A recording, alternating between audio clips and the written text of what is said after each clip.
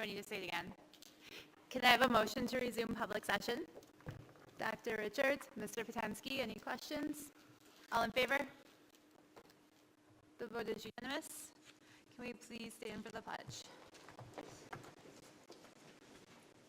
I pledge allegiance to the flag of the United States of America, to the republic for which it stands, one nation, under God, indivisible, with liberty and justice for all.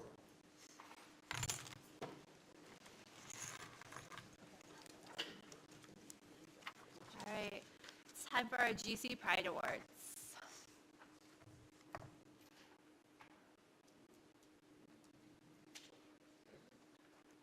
I'm excited.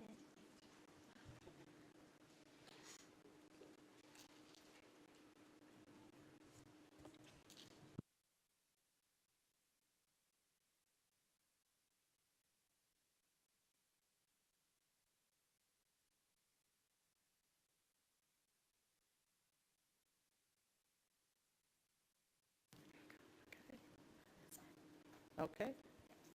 Good evening, President Coffey, members of the board, and Mr. Daly. Joining me is Patty Batista. She's the cook manager at Florence Brasser. And tonight we're here to honor Robin Carter, our cook at Brasser. She's been here with Gates Charlie for 25 years. She is a very valued member of the Brasser team, along with the school nutrition team. She also works our summer meals program and is key in especially getting the Child Rec kids fed. She handles the crowd at Brasser. Robin always has a smile, greets our students by name, and no matter what situation comes along, we can always count on Robin to help get us through.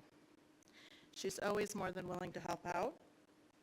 Her positive attitude is contagious, and her hard work for many years here in the district is much appreciated. We thank her for her dedication to our GC students and our staff. Congrats, Robin. Thank you.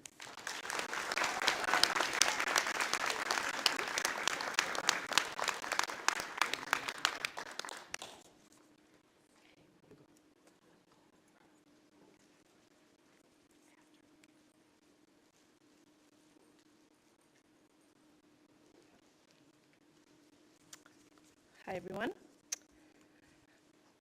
Want to come up a little bit? Matt Oliveri was on his way to pick up a new snowmobile in September 2004. On that trip, he became just one of the many victims of a dangerous situation, distracted driving. Matt woke up to news no one would ever want to hear. He had a spinal cord injury and was paralyzed from the neck down. Despite the overwhelming challenges, Matt now uses his misfortune to make a difference in other people's lives, making sure no one has to go through what he did. He now spends his days going to schools to speak to younger drivers about the dangers of distracted driving. Matt has been the guest speaker for the Gates Chile Driver's Education Program for the last 7 years. His impact has been monumental. We are grateful to have Matt as a part of our Driver's Education Program at Gates Chile. Congratulations on your Spartan Pride Award. We have it here. Ta-da! Thanks so much. And I'm not sure, is Pat Chipola here? So it doesn't look like it. Should I do it anyway? Okay, I know she's coming, but she might be running late. Our next recipient has been working for the, I'm so sad she's not going to hear it though. Okay. Our next recipient has been working for the district for the past 43 years. Yes, it's true, she started in 1980. And while she officially retired, and I needed to check that date with her, but it was a few years ago, you will still see her subbing at the elementaries, middle, and high school these days. She also works evenings for the continuing education program. When she hints about retiring, I change the subject. Pat Chipola is a vital part of our district, and she has a strong connection to our students and the community. She is helpful, kind, knowledgeable, and professional. Thank you, Pat. Congratulations on your Spartan Pride Award.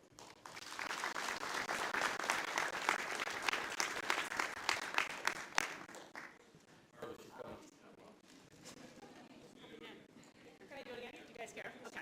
Yeah, she's coming. Sorry, she's really cool. Can somebody like rush her in?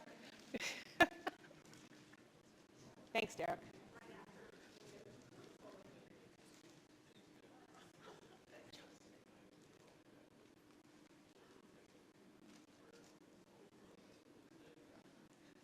Hi, Pat. Now she's going to kill me. You got to come all the way up.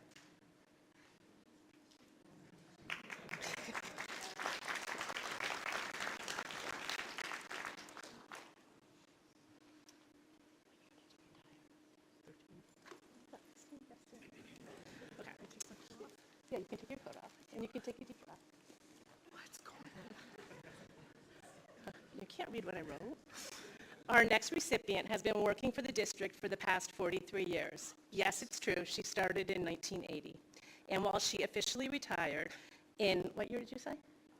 2013, you will see her subbing at the elementaries, middle, and high school these days. She also works in the evenings for the continuing education program. When she hints about fully retiring, I change the subject. Pat Chipola is a vital part of our district. She has a strong connection to our students and the community. She is helpful, kind, knowledgeable, and professional. Thank you, Pat, for all you do, and congratulations on your Smart and Pride Award.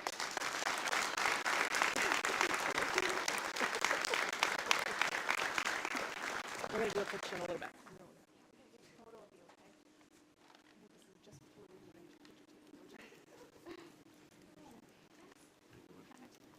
All right, Mr. Daly, do we have any agenda changes?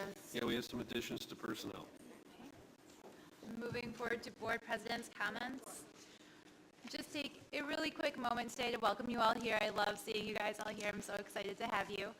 I had some time this week to spend at the middle school, which is a nice place to be. I also work in a middle school, so it's nice to see other schools with kids the same age. And we took a walking tour of the building to kind of look through our eyes of what the building might feel like, but also to talk to different students and feel a little bit of what their experience and their day is like, knowing that every person who walks through has a different experience, may see different things than we do, and what things are there or could be there to make experiences better for each person in the building. And then the other thing that really stuck out in my time there is that this week is the art show at the middle school, so I'm excited to see that coming up. And the theme for it this year is We Are Gates Chile. And some of the pictures and artwork was up already when I was there. It's really exciting to see the variety of perspectives students had and different options and different media they use. So I'm looking forward to getting to see more people's voices this week. And that is what I have for board president comments. Moving forward to points of interest. Ms. Kais? Okay, last week I had the pleasure of seeing the Gates Chile musical, the high school musical. It was wonderful to see a packed auditorium. Probably the most people I've ever seen. My son was participating in musicals for years, was an alumni here, been in the musical for years. And I know other people were in attendance and had children participating, so I want to highlight Coach Benham and his participation in the musical.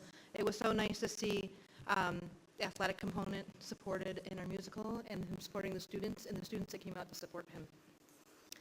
The second thing was we had the workplace celebration Wednesday, and it was a tremendous turnout from Gates Chile there.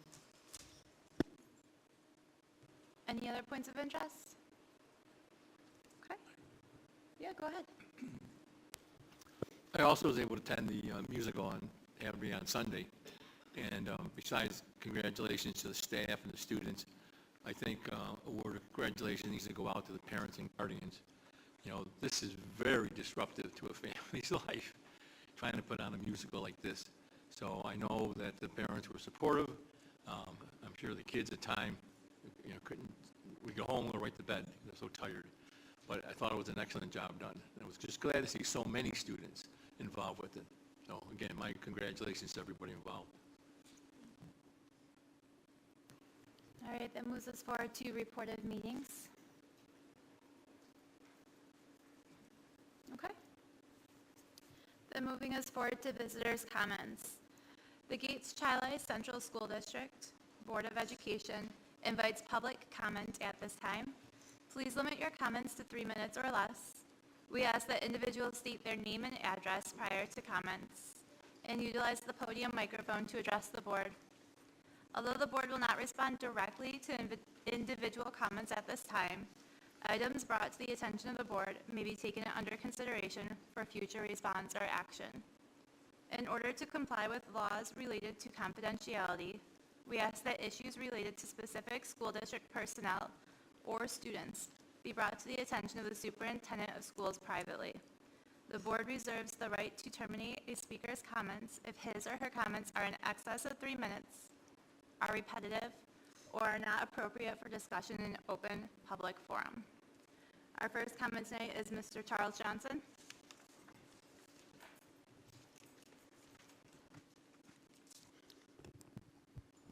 Mr. Daly, the board, and this feels nice, a new room.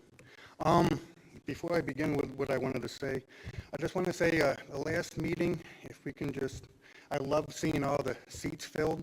If we cannot send them out before the meeting starts. I just like seeing everyone in these seats. We have a nice room. Okay, with that said, something came up on Monday, an indictment for a COVID test company, and I know this is probably just beating a dead horse. In November, I mentioned how when we were voting on the elections, how there was talk about CDC and certain states going along with the CDC with mandatory vaccine. Sorry about that. Mandatory vaccine for the kids to be in school or whatever. I guess it's, I don't know, we'll find out how things go in the summertime. But on Monday, I guess a COVID test company was indicted for $83 million. And the only reason why I'm bringing that up is because we shut down our school in 2020 because of CNN, like all the numbers of COVID tests, people getting positive for COVID. And we're finding out that a lot of these tests were really not taking up COVID. It was just showing that people had COVID. So I guess what I'm trying to get at is if we can just work harder to try to separate ourselves from the state controlling our district, so we can just kind of control what we have going on here. I know that's always been my issue, like the whole money thing too, but if we can just try to limit the amount of control that our teacher unions and the state has over our own school, just so we don't have to shut down the school again. Our test scores took a huge hit because we were out of school for a good year and a half, and I would hate for that to continue down the road if something bad happens and we go back into shutting down the school just because someone at the top says, hey, we should shut down the school. That's it. And until next time, thank you, guys. All right, the next comment that we have is April Randolph.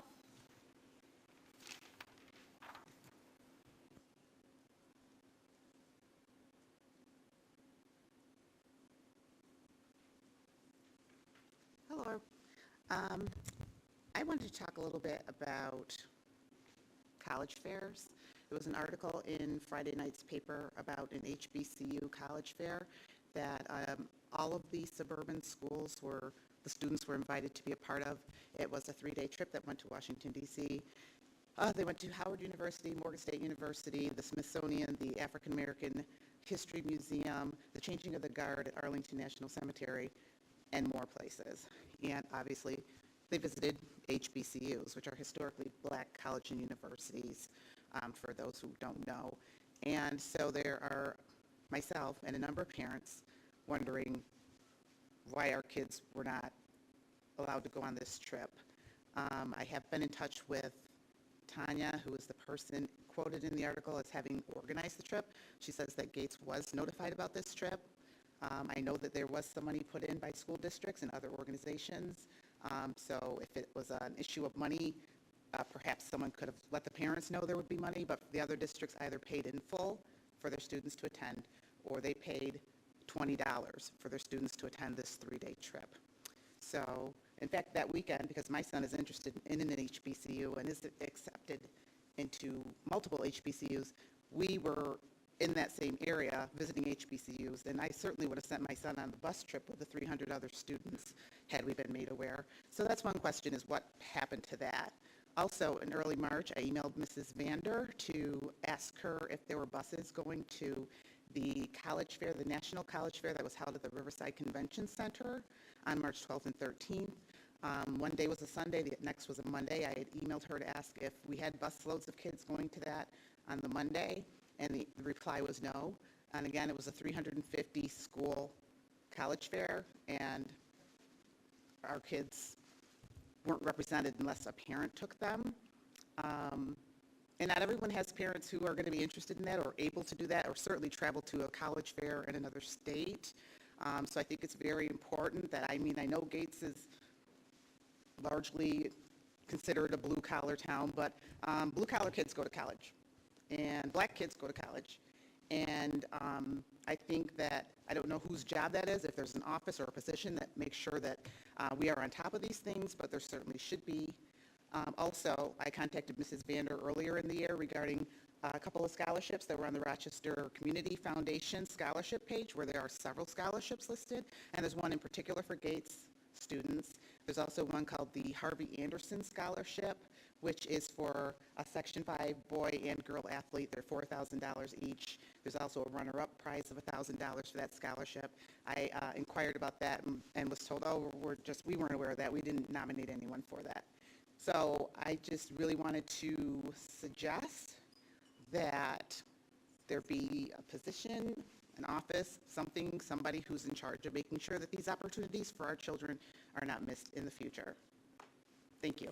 Thank you so much. All right, our next comment, we have Betty Moses. I think, yes, okay.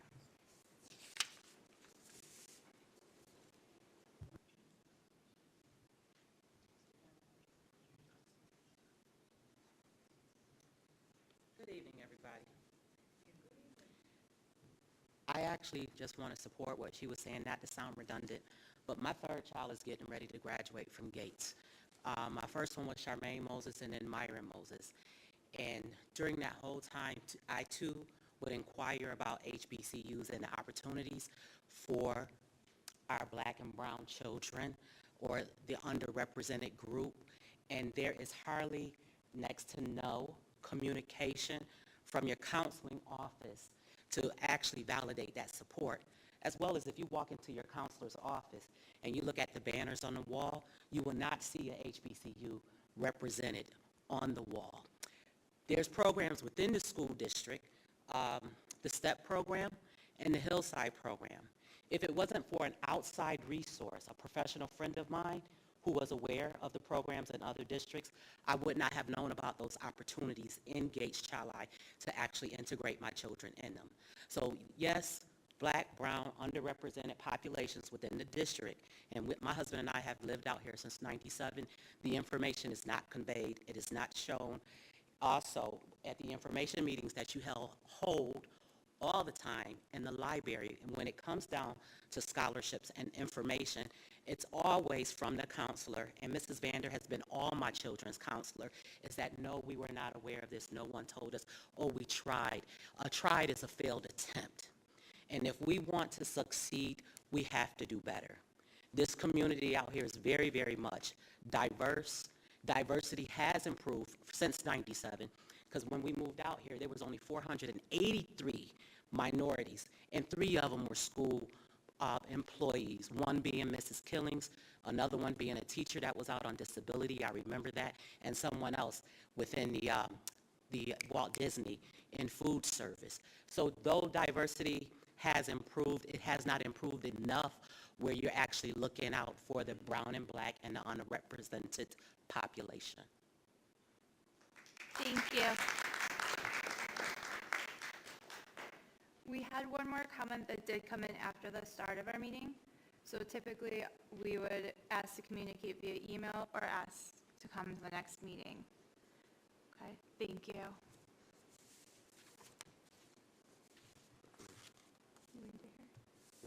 All right, moving forward to reports.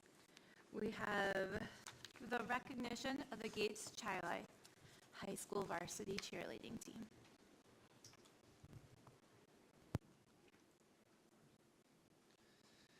Good evening, Superintendent Daly, President Coffey, Vice President Moscato, members of the Board of Education. I'm actually going to invite Coach Tyndall and some of his student athletes. We're going to present track and field first, and then I'm going to have the cheer program come up.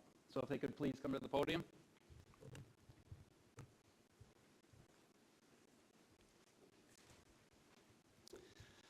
I'm going to introduce Coach Tyndall in a moment, and then he's going to have some students from our track and field program talk about state qualifications, going down to Staten Island and what that experience was like. But like in recent history, we have a very strong track and field program for both indoor and outdoor. Our coaching staff is a big part of that success, as well as our student athletes and community. So I'm just going to have Coach Tyndall share a few words about the season, and then we're going to have a few students speak. Coach? Good evening. My name is Patrick Tyndall. I'm the head track and field coach here at Gates Charlie, and we had a great season this year. Between these athletes and a couple that weren't able to make it tonight, they broke 4 school records.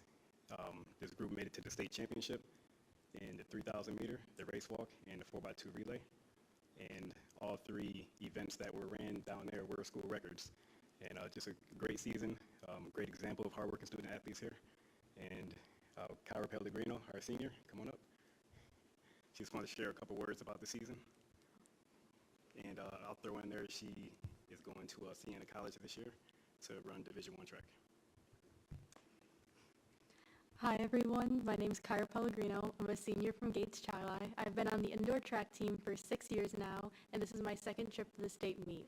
I qualified in the 3,000 meter and the 1,500 meter race walk, and it was a really great trip down there with my amazing teammates and my amazing coaches. I'm very thankful for this opportunity because we don't get this often in track, but it was a lot of fun.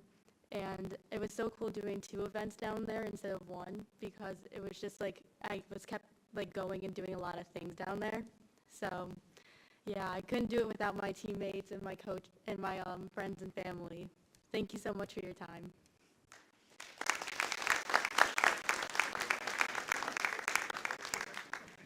I think Kyra's going to be the only speaker tonight, but on behalf of the Gates Charlie Athletic Department, our coaching staff, we want to recognize all of our students. Again, they had a great season.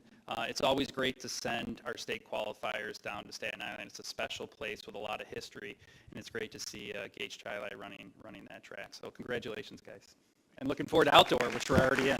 So thank you. You guys. Okay, we are going to transition to our competitive cheer season, so I'm going to invite Coach Marciniak up. Coach Miller, you're welcome to come up as well, too, if you'd like. Coach Marciniak.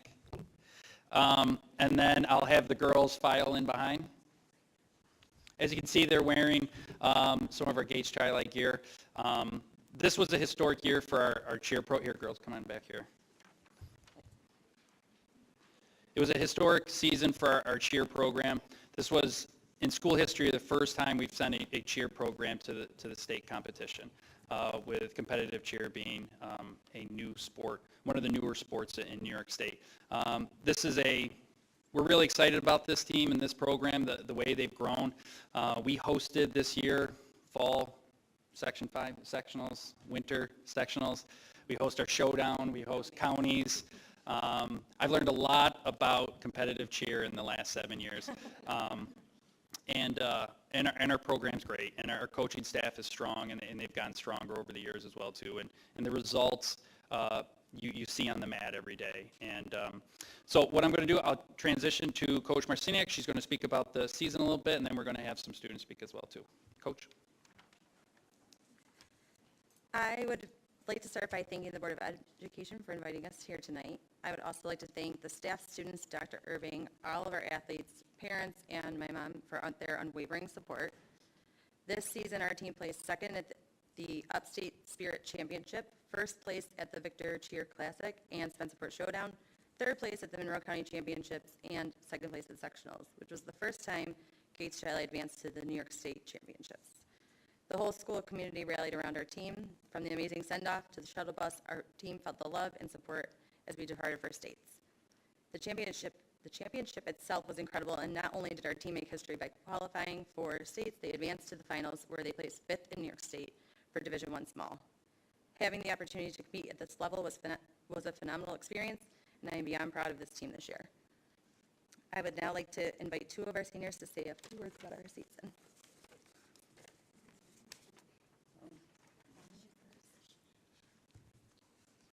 Good evening, Board of Education. My name is Kayla Mirage, and I'm currently a senior at Gates Chili. Thank you. I've been cheering for Gates for 4 years and 7 seasons. This year has been the greatest year ever, filled with progression and growth. I'm very grateful to be with these amazing and talented girls, alongside Coach Brittany Marciniak and Coach Lori Miller, to inspire me to advance as a competitive cheerleader. This winter season, history was made within the program. We were one of top 2 teams in our division to qualify and place at the annual New York State Public High School Athletic Association Competitive Cheerleading Championships, held in Binghamton, New York. We also had the opportunity to place top 5 in our division at states. This was known to be the biggest accomplishment made by the Gates Chili cheerleaders. It was a remarkable experience to see Section 5 come together as a whole. Throughout our journey, we've had an abundance of support from friends, family, other athletes, and staff from other competitions, as well as our very own send-off and our end-of-the-season party hosted by parents. The endless support has definitely pushed us to our full potential, and we motivated each other. Our trip was the most surreal experience that I'll never forget, and having the huge honor of being nominated for and chosen for the Sportsmanship Award in our D1 small division. It was a huge privilege. We traveled alongside our Coach Brittany Marciniak, Coach Emily LaPetra, and Coach Lori Miller on a convenient and spacious shuttle bus provided by our athletic director, Dr. Irving. I want to take the time to thank DeVille, our shuttle bus driver, for coming along for the kindness of his heart on our trip and supporting us for the whole weekend. It was amazing to be with other athletes from all over the state and be recognized with who I call my cheer family. Thank you to every single one of my coaches, my sisters I call on the mat, staff, friends, and family for helping us get this far. Thank you.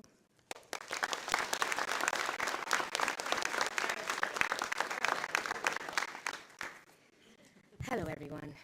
My name is Maya Roan, and I've been a part of this team for, 6 years, and almost every season except fall of this year.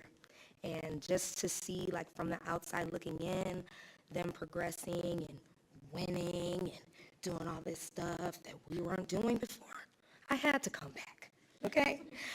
So it was just an amazing experience. This season was really trying for us, but we really pushed through and really grew as a team, a program, and a family. It was the greatest thing ever to even place second at sectionals, but then to know that we got to go on and keep going with our season for 2 more weeks and go on to states. It was amazing. Shout out to Bill for real. He was really great to us on the trip. We had a lot of fun and made the most memories, and I'll never forget any of this. I'd just like to say thank you so much to Brittany and Lori, because I love them so much, and they've been amazing this entire time. So thank you, Patrick. Dr. Irving, I'm so sorry. They literally got on us so bad when we were younger about that. So sorry, Dr. Irving. Thank you so much for always supporting us and making sure we got to live out our dreams. So thank you, guys. There's been a lot of growth, as you can tell. So we're going to take a photo, and before I give up the mic, I also just want to thank not only the families for always showing up to our tournaments and invites and traveling to states, but the pep band was huge, both with the track and field, but also the cheer escort going down the science wing, students that came out. It was really a great day, so thank you to them. Thank you.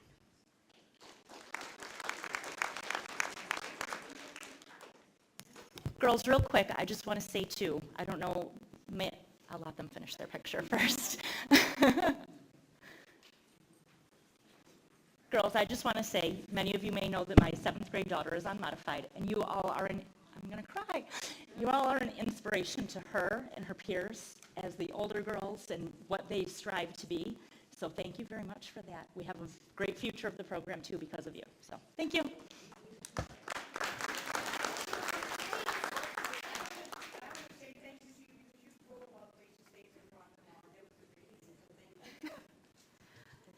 Thank you to our varsity cheerleading team and our indoor track and field team. Congratulations, everybody. Also, you don't have to stay, you can stay, but you can also go home if you'd like. All right, moving forward, we now have our continuing education and volunteers update.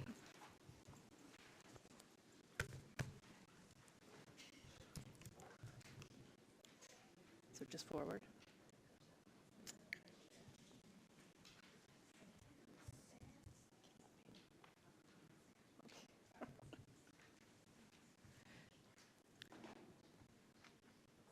Good evening, Superintendent Daly, President Coffey, and members of the Board of Education.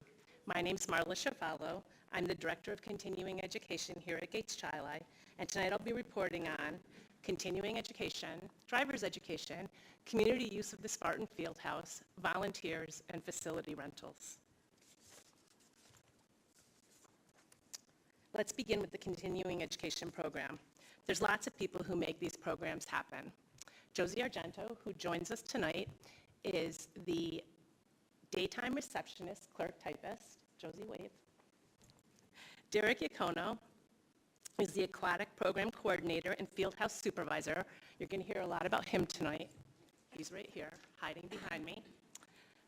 Pat Chipola, who you met earlier, is the continuing education evening receptionist, along with Kathy Phillips, Tracy Schmiel, and Chuck Phelan. We used 37 independent contractors, 14 business partners, and we had 9 hourly instructors for 21-22.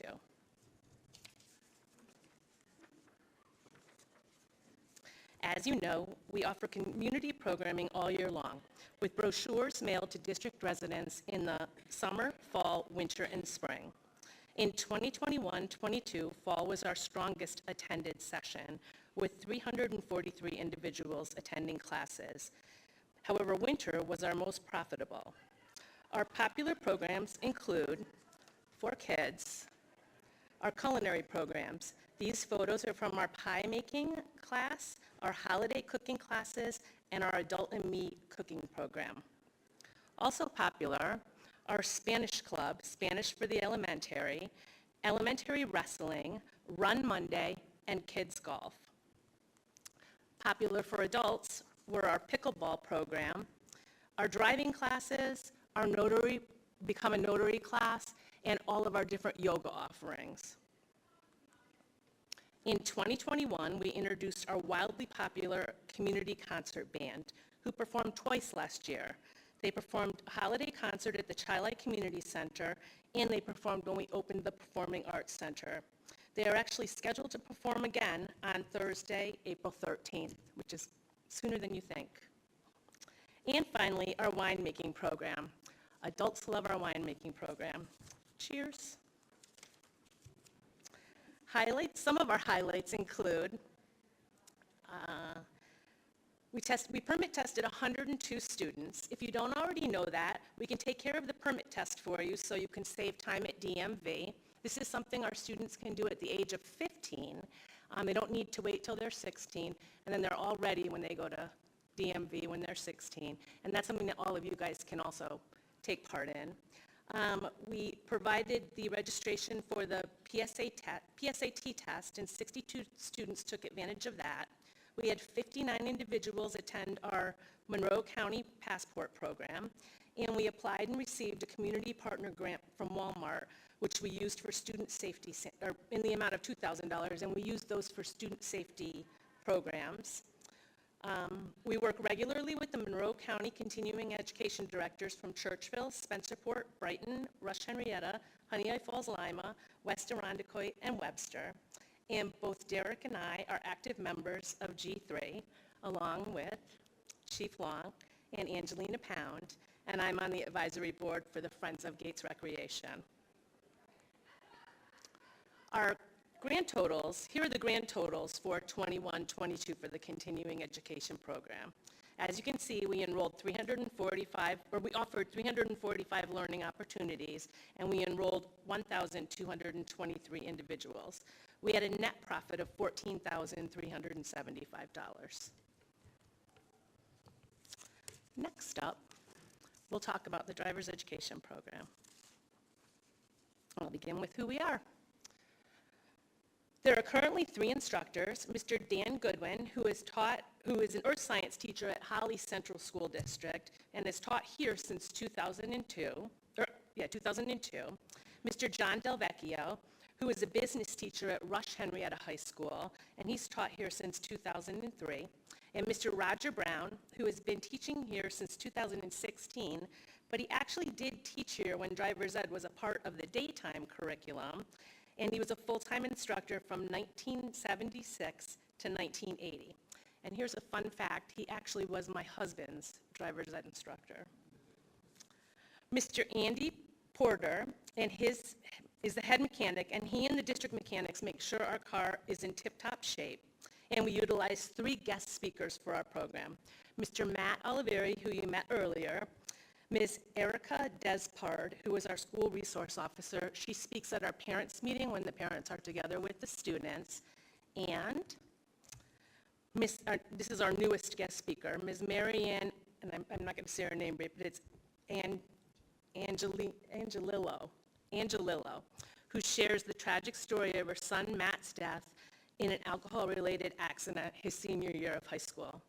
Pictured is Matt on the left, Marianne in the middle, and then on the right is the book that she wrote about her experience. And that's actually required reading for all students at Syracuse University.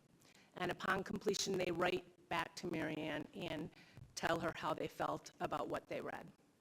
And we're actually probably going to integrate that into our program as well. The 2021-22 school year was a difficult time to offer driver's education. The state mandates were very strict. The state originally mandated very strict COVID guidelines, and these remained in place. We offered 2 programs, one in the summer of 2021. This was a hybrid program that we designed with parent lesson plans for in-car instruction at home, and a winter-spring program, which was closer to a traditional program, except we reduced the number of students in the road groups, and we offered just 1 lecture session instead of 2 for that summer. 51 students were able to take advantage of the driver's education program. The next component is the community use of the Spartan Fieldhouse. As you likely know, we opened the Spartan Fieldhouse for school district residents in the evenings and on weekends. Residents are able to use the indoor track, fitness center, and pool. They can also take advantage of Family Swim. Let's look at who supports these programs. Again, Derek Yacono is our Fieldhouse supervisor. Amanda Entris, Deb Staub, and Amy Menz are the supervisors. We have 7 centuries in fitness center attendance and 24 lifeguards and swim instructors. And just as a side note, we're always hiring lifeguards. So if anybody's looking, we're here for you. Let's take a look at the numbers for the Spartan Fieldhouse. Here's a breakdown of the monthly usage. Our busiest month was March of 2022, followed by April of 2022. Our slowest months were the fall months, September, October, and November.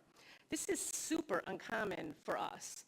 Usually our summer months are the slowest, but something that we saw in 21-22 was a huge increase in families swimming during the community swim times, or during the family swim times. And then I just wanted to make sure you knew that by using your ID, you can check in to the fitness center and you can bring whoever you want to use any of the facilities.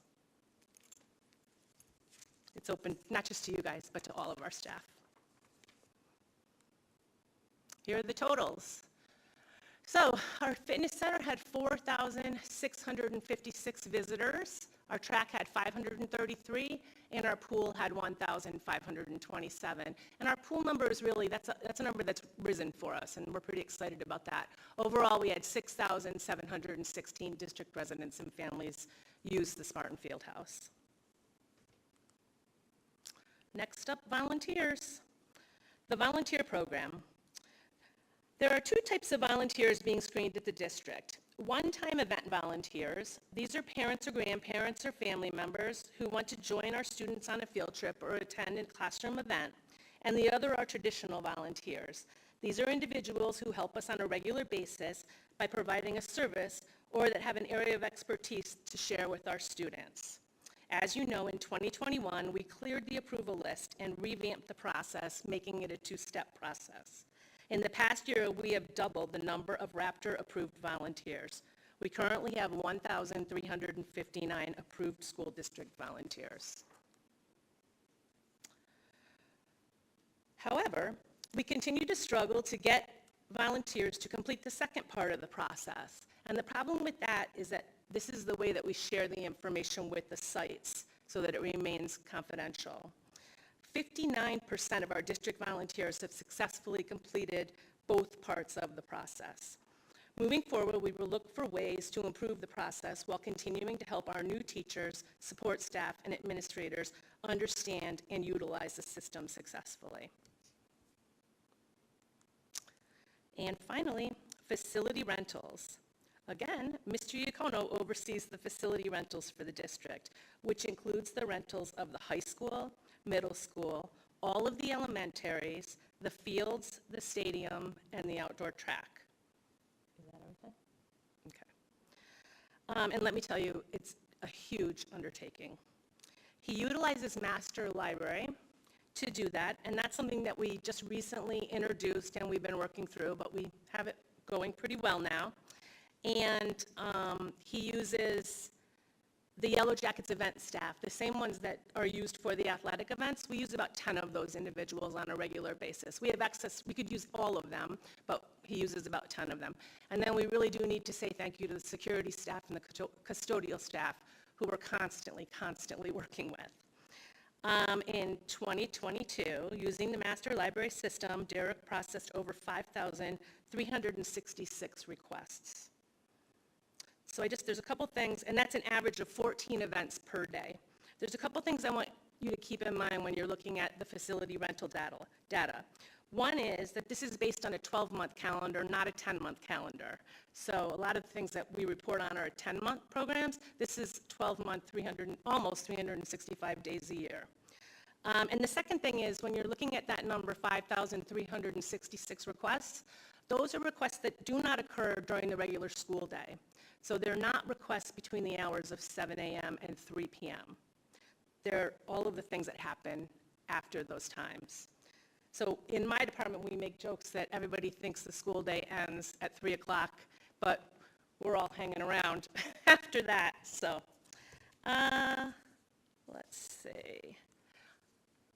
Facility rentals. So we wanted to just tell you a little bit more about the facility rentals. So when we dig a little deeper with the facility rentals, we see that 71% are district groups, and those are after-school activities. So those are clubs that we offer in our schools, PTOs, staff-related meetings. And then 29% are what we consider outside organizations, and that's where we're generating the income from, or the revenue from. 18% of those are school feeder programs. And when we talk about a school feeder program, we're looking at the rosters of those programs, and we're identifying that the bulk of the students participating in those programs are school district, Gates Child School District students or Gates Child School District residents. Okay?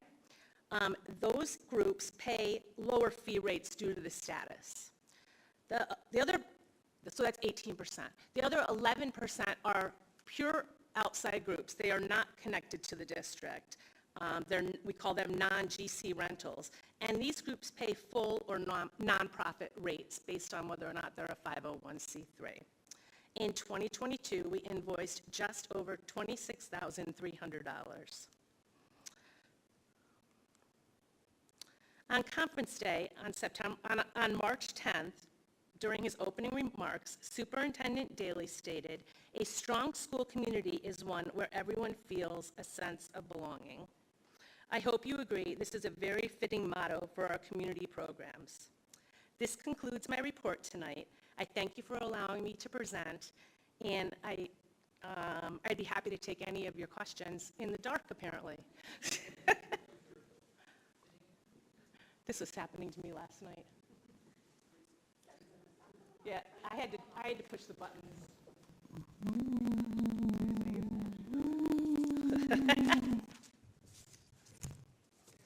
I don't have a question, but I have a comment. Okay.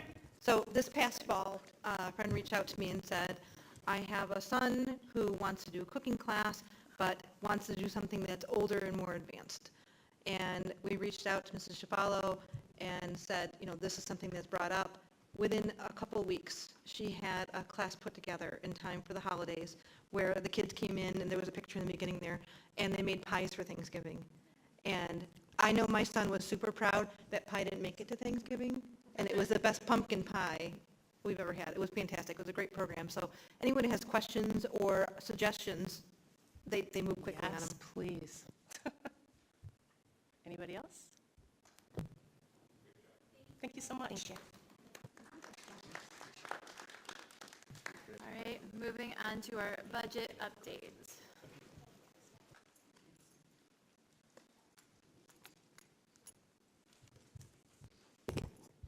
Hello. Good evening, Superintendent Daley, President Coffey, Vice President Moscato, and the Board of Education. Thank you for having me here tonight. I'm going to talk about the budget. So our agenda briefly is to review the results of the budget ambassador process, to go over some details of the expenditure budget estimates, to talk generally about the revenue plan, propositions, and the Board of Ed elections, summary and next steps. So update. And if at any point there's any questions, please feel free to jump in. So we had 2 3-hour meetings of the budget ambassadors. We did not need the third evening because we were able to get through everything in the first 2 evenings. The first one was February 15th, where 5 of the 13 individuals who signed up were present, and on the second night, 9 of the 13 were present. They were very productive conversations. Obviously, we went through a whole lot of information. Some of the inquiries that came out through that conversation were costs relating to tutoring services, how federal funding played into the mix in terms of the general fund. We did share that during these sessions, these were not sessions to review federal funding. These were sessions to review the general fund expenditures of the budget and various factors that are particular to the district when making decisions. We talked about mandated versus non-mandated programming, and then staffing counts for mental health. That was a big area of inquiry, and we were able to answer those questions. During the March 9th meeting, which was the second evening, there were inquiries surrounding the GC Performing Arts Center usage and rental, state aid increases, and by the way, the GC Performing Arts Center usage and rental, we're currently working on the facilities use process. As Mrs. Shafalo mentioned earlier, there's a whole process in terms of our other facilities and fields and spaces. We are still working on those final rules and regulations relating to the Performing Arts Center, and so it will all be in one consolidated information packet, but we did talk a little bit about that. The state aid increase, the possibilities of using temporary agencies for vacancies.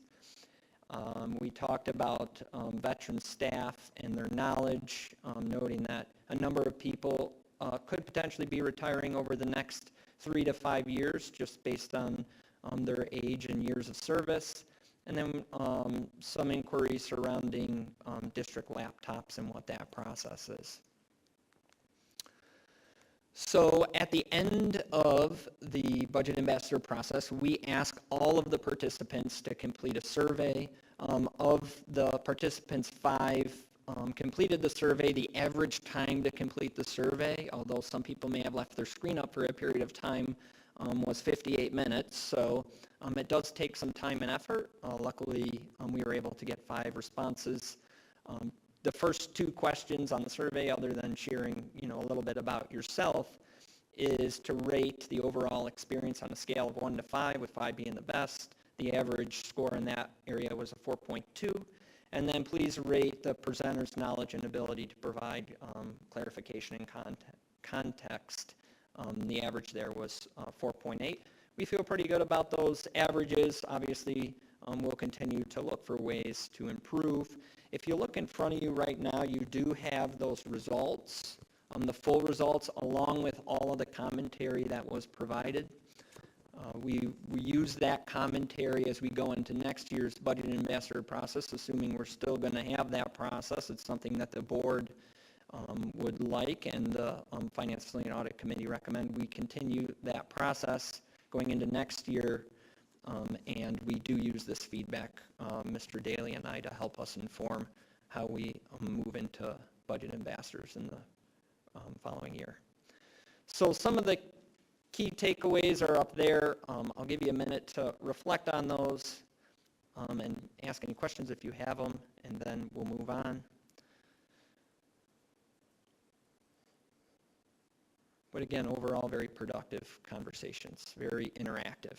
I would say that this year was our most interactive. Mr. Johnson is in the room. He is our senior member, our senior ambassador. This was his 3rd year running, and we were very happy to have him there. We'll see if he shows up next year. Okay, any questions on that? All right, thank you. So in terms of the expenditure budget, just going to share some estimates based on what we know to be true today. This year's budget currently includes all of these things that you see up on the screen right now. These are all things that help support our learners and our staff members in helping our students learn. So if you have any questions about those, I will answer them. We actually have a question.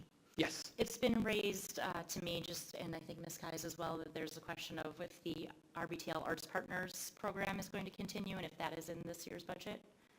Yes, that is in this year's budget. There is no planned reduction of any of the programming in terms of RBTL. Perfect. Thank you. Thank you.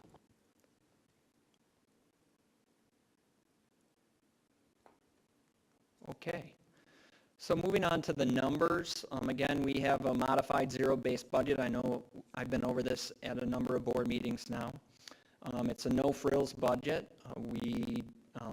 There's nothing flashy. We're continuing the work that the board and the district has been doing in terms of their mission and vision. So the budget for this year that we're currently in right now is a little over $122 million. The estimate for 23-24 is $128.5 million. That's a change of $6.2 million. That's the proposal right now. We'll share that regionally have collected some district data because these percentages are a little higher than we're used to, only insofar as we'll go over some of the highlighted costs that are driving that increase in the next slide to say that we're not out of range in terms of what the increases are going to be coming out at across both our BOCES and across the region. This is just some data I've collected from 8 different school districts, with only one being lower than our current proposal. So some highlighted cost increases, and I apologize, the wording is a little smaller than it looks on the presentation when it's in front of you. Some highlighted cost increases are, for instance, our ERS salaries or our employee retirement system salaries are up $2 million. Operations and maintenance of plant, that's a major budget driver. What that is anticipated gas and electric charges because that market has significantly increased in terms of costing. And next is security of the plant. We did add some personnel in terms of security staff for our elementary buildings, and so that's partially the driver, along with Other increases to both some equipment that we've talked about and also just general salaries increases. Pension costs associated with our teachers, the teacher retirement system, the district pays a portion of salaries every year. And then retiree and active health insurance, that's a major driver, and it continues to be a driver on an annual basis, a significant increase in that area. Finally, transportation services. So we're anticipating fuel costs to be up as well when looking at the fuel market and the indexing that's occurring in that area.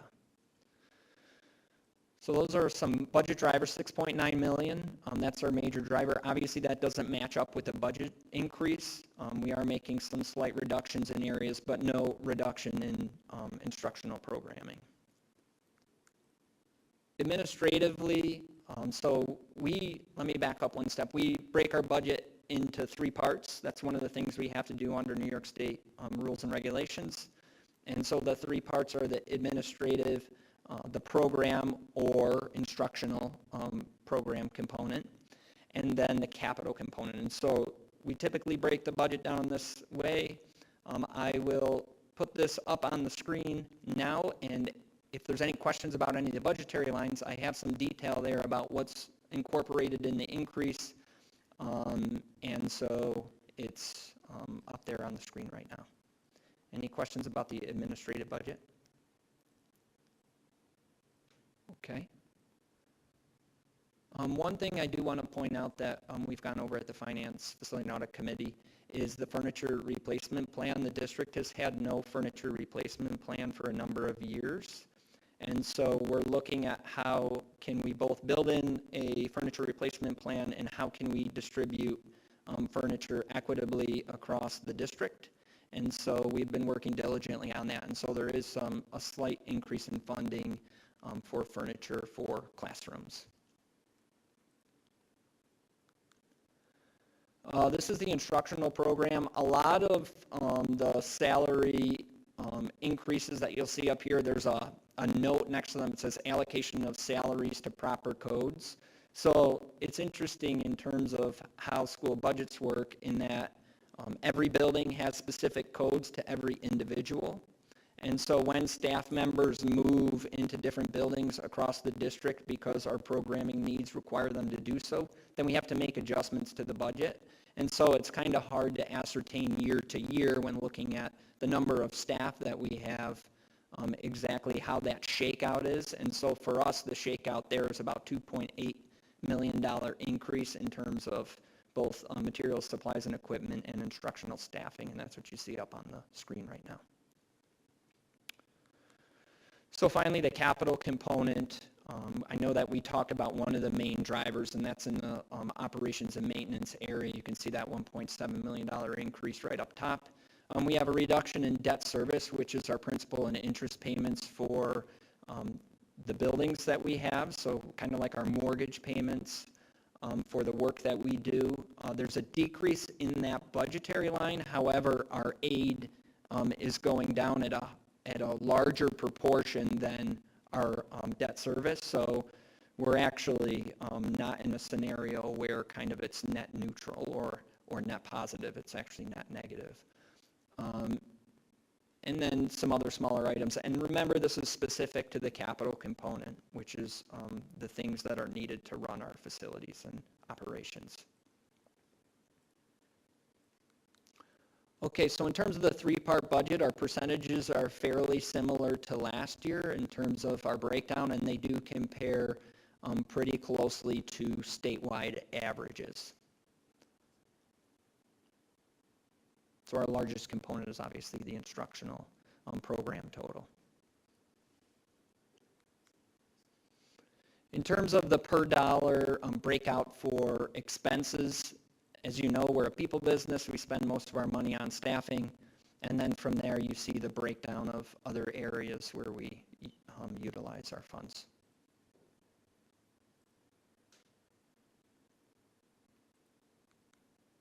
Okay, so that is the expenditure proposal. Now, in terms of the revenue plan, there's a couple of things that we're waiting on before we can finalize the revenue plan, and this is something that the Finance Facility and Audit Committee actively has conversations about. We are awaiting April 1, when hopefully we will have a state budget. We don't know for sure if we'll have one. We've heard varying communications that it could be the 4th, the 5th of April, but hoping for an April 1st on-time budget from the state. After we get that information, we're very close in terms of balancing the budget right now, and so we do have some balancing mechanisms that we use in order to have expenditures match revenues, because that's something that every school district budget has to do across New York State. And so those balancing mechanisms are fund balance, use, and reserves. And so right now we're fairly close to balancing the budget, but awaiting that state aid number. And then once we have that number, we can determine which levers we need to pull in terms of fund balance and reserves to balance it. And so that will be the plan after April 1st, is to pull those levers that need to be pulled and balance the budget using fund balance and reserves. So any questions about that? Okay. So now I'll move on to budget propositions and Board of Ed elections. Anticipating 4 propositions.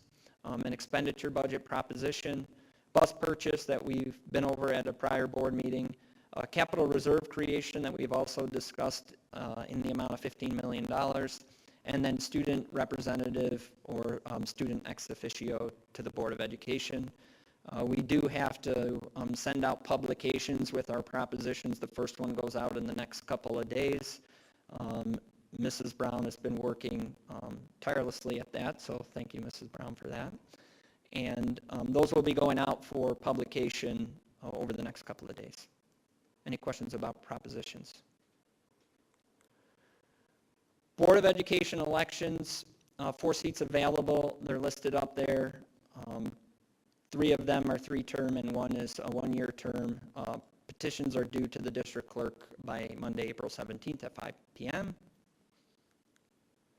In summary, our intention is to maintain our current programming and staffing. We're not anticipating any reduction in our programming at this time. Obviously, a budget is a plan, so over the summer, if things change, we may have to shift money depending on both the students that we have in district and the student interest as well through the work that the buildings do. But currently not anticipating any reduction in programming. Use of state and federal funding to maintain our intervention and mental health supports. We do know that that's a key thing, and you can see some comments in the Budget Ambassador Survey, and you hear it from multiple avenues that that is something that the district and our community values, and we want to try and maintain those things as much as possible. And then continuing to provide multiple opportunities for student engagement. We know that when students are engaged in multiple ways, that they're more able to succeed as learners. So next steps, April 17th, those petitions are due. I know I mentioned that. April 18th, anticipate that the Board of Education will adopt a budget. The board does need to adopt something to put out to the public under the regulations, so hoping on that date that the board will do that. May 2nd is the budget hearing and meet the candidate night, always a fun evening.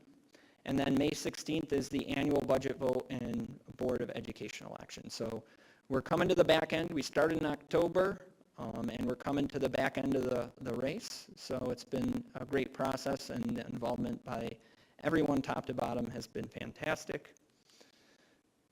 So at this point, I'm going to open it up to the group for any questions or thoughts about the budget presentation or where we're going from here.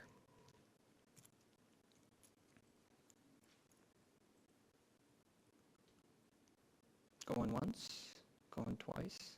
Okay. So with that, oh gosh. Thank you.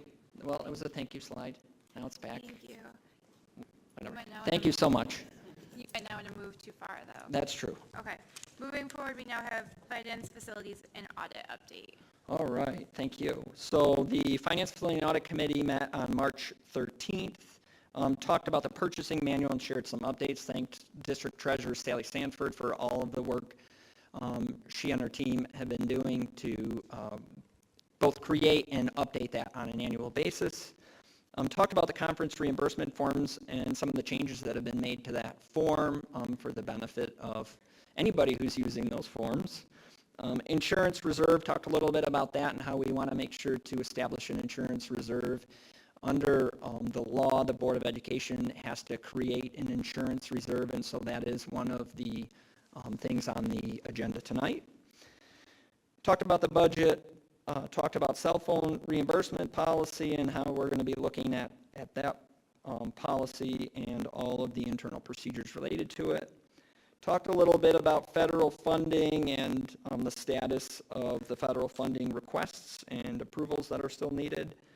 Talked about Signature Bank and how we intended, if you hadn't heard, Signature Bank was one of the two banks that failed on Silicon and Signature. We did have some investments at Signature Bank. We withdrew those investments and put them in other investments after recommendations of the Finance Facility and Audit Committee. We talked about the internal audit and talked about upcoming on-site testing. We discussed the $45.5 million project and talked about some changes going on at the New York State Department of Education in terms of our reviewer, the person who's reviewing our project. We discussed the new camera use acceptable use policy that we've established and have implemented. And then we talked about the bus charging plan and where we're at in terms of charging. Any questions? All right, thank you and have a wonderful evening. Thank you. Wow, thank you. All right, moving on to consensus items. Can I have a motion to approve the consensus agenda? Ms. Littlewood, Dr. Richards, any questions or comments? All in favor? The vote is unanimous. Can I have a motion to approve the consensus items B through I? Ms. Keyes, Ms. Davis, any questions, comments, concerns? All in favor? Okay, the vote is unanimous. Ms. Prada? Thank you, Ms. Coffey. Members of the Board of Education, Ms. Coffey, Mr. Daly, Mr. Moscato. We have two retirements to acknowledge this evening. The first of which is Mr. Albert Kingsbury, who is a cleaner at the high school. He has served the district for 19 years and will be retiring at the end of the month. So we congratulate him and wish him well in retirement. And the second is Kristen McBride. Kristen is an art teacher currently at the high school, although she has served at multiple levels for us. Many of you may recall that her husband is a science teacher for us, and he will be retiring at the end of this year, so she has decided to join him, and we wish them both well. She's been with the district for 23 years, and we thank them for their service. Thank you. Congratulations. All right, moving forward to action items. Can I have a motion to approve the resolution to create an insurance reserve as outlined below? Have a motion? Plus.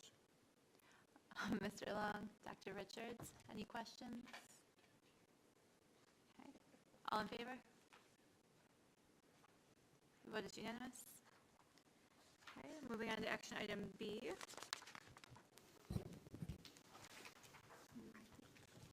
Do I say them? There we go, sorry. All right, can I have, be it resolved that the Board of Education, having heard an appeal from student A, discipline determination made by the superintendent of schools, designated as appeal number 1, and following due deliberation, hereby uphold the determination of the superintendent of schools. Yes, sir. Motion to approve. Okay, is it, how do I say it? A motion to approve. Can I have a motion to approve? Mr. Bailey, Mr. Moscato, questions? Okay, all in favor? Okay, the vote is unanimous. And then moving on to superintendent's comments. Well, our final concert for Music in Our Schools month is this Wednesday night at 7 p.m. in our GC PAC. Come listen to groups from our schools sharing their talents with our community, and it's free. We had some students honored last Friday evening. On Friday evening, Olivia DeMaria and Avery Murray attended the Architecture, Construction, and Engineering, or ACE, graduation ceremony at the Strathallen Hotel. In a packed reception full of families, guests, and mentors from many architectural firms, they presented their architectural projects they had been working on since September. At the conclusion of the event, both students were recognized as recipients of ACE scholarships. So congratulations to them both. Last weekend, many of you were able to attend and witness, but what a great weekend for our Gates Charlie High School Musical Theater as they proudly presented Disney's High School Musical. It was a phenomenal show. I attended Saturday night's performance with one of my sons and thoroughly enjoyed the Spartan talent on display. Its theme of "We are all in this together" resonates with what we do in GC each day. I also want to commend the directors of the show, Mrs. Heather Coughlin and Mrs. Jessica Volpe, as well as the 6 students who went live on Fox Rochester to promote the show earlier in the week. And last but not least, our amazing bus drivers who were able to make the field trip happen for them. Also last week in the news, one of our staff members also got some airtime promoting our new food pantry. Spectrum News came out last week and spoke with Mrs. Angelina Pround about the Gates Charlie Food Pantry.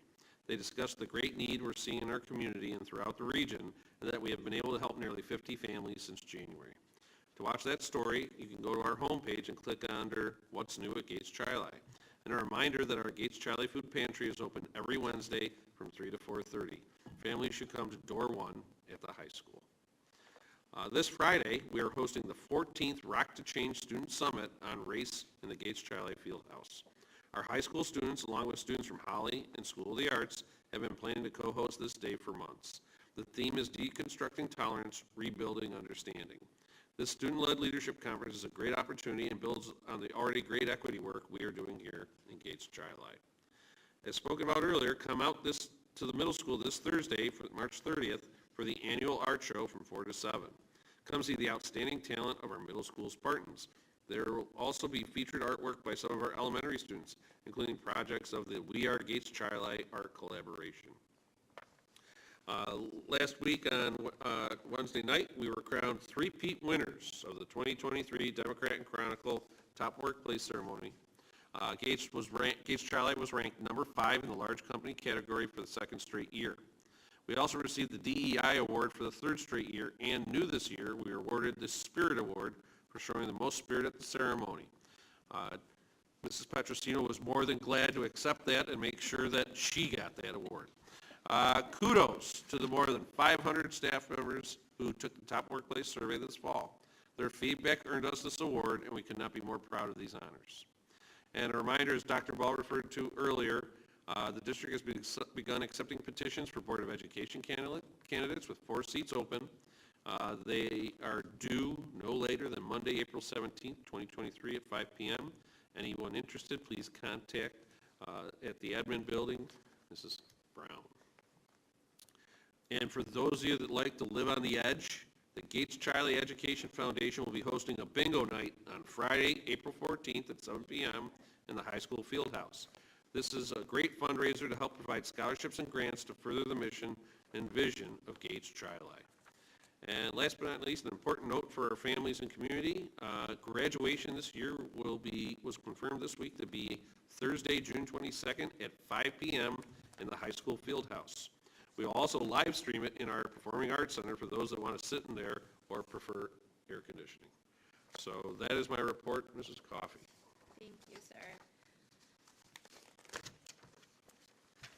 May I have a motion to adjourn the meeting? Mr. Moscato? Mr. Long?